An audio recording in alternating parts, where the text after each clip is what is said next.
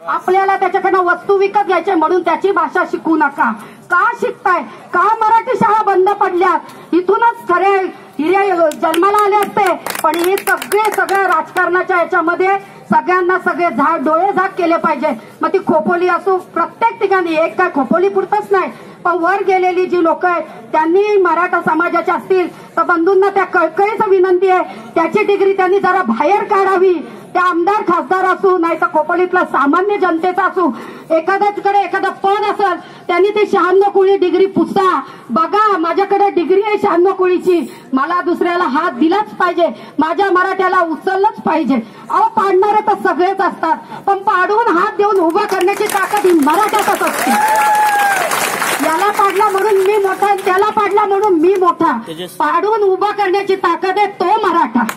म्हणून मी सगळ्या बंधांना विनंती करते की पेटून उठलात पण कुठलंही अपकृत्य करू नका.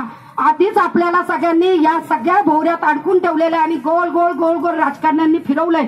त्या राजकारण्यांचा शोध घ्या, त्याच्यात कुठले मराठी आहेत ना त्यांना चोपून घ्या रस्त्यावरती.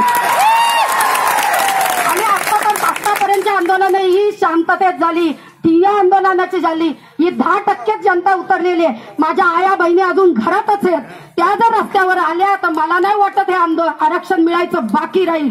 आणि कोणाच्या माईच्या लाल मध्ये दम नसेल तर आरक्षण द्यायचं नाही. आम्हालाही माहिती आहे, कारण जेव्हा जिजाऊ उतरली तेव्हा शिवराय घडले, जेव्हा जिजाऊला संताप झाला तेव्हा शिवराय घडले. मग माझी महिला जर रस्त्यावर उतरली तर आरक्षण लाभ नाहीये, कारण स्वतःच्या मुलाबाळांसाठी, स्वतःच्या बंधवांसाठी, स्वतःच्या स्वराज्यासाठी ती महिला नक्कीच जागी होईल, मला आशा आहे. आणि मी तुम्हाला एवढीच कळकळीची विनंती करते की जर या आंदोलनामध्ये एखादा भरकटला, एखादी कुठली केस झाली, तो अडकला तर सगळ्यांनी त्याला साथ द्या, मागं फिरू नका. कारण तुमच्या एक चुकीच्या निर्णयामुळे 100 मराठा मागे जातात.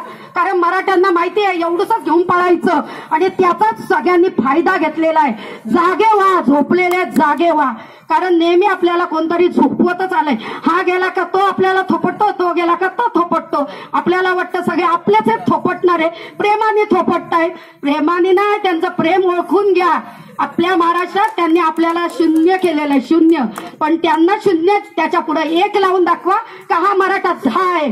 तुम्ही नाही शून्य करू शकत. म्हणून उठा आणि तो 1 लिहिण्याचा प्रयत्न करा. माझ्या सगळ्या बंधूंना कळकळीची एक विनंती केली.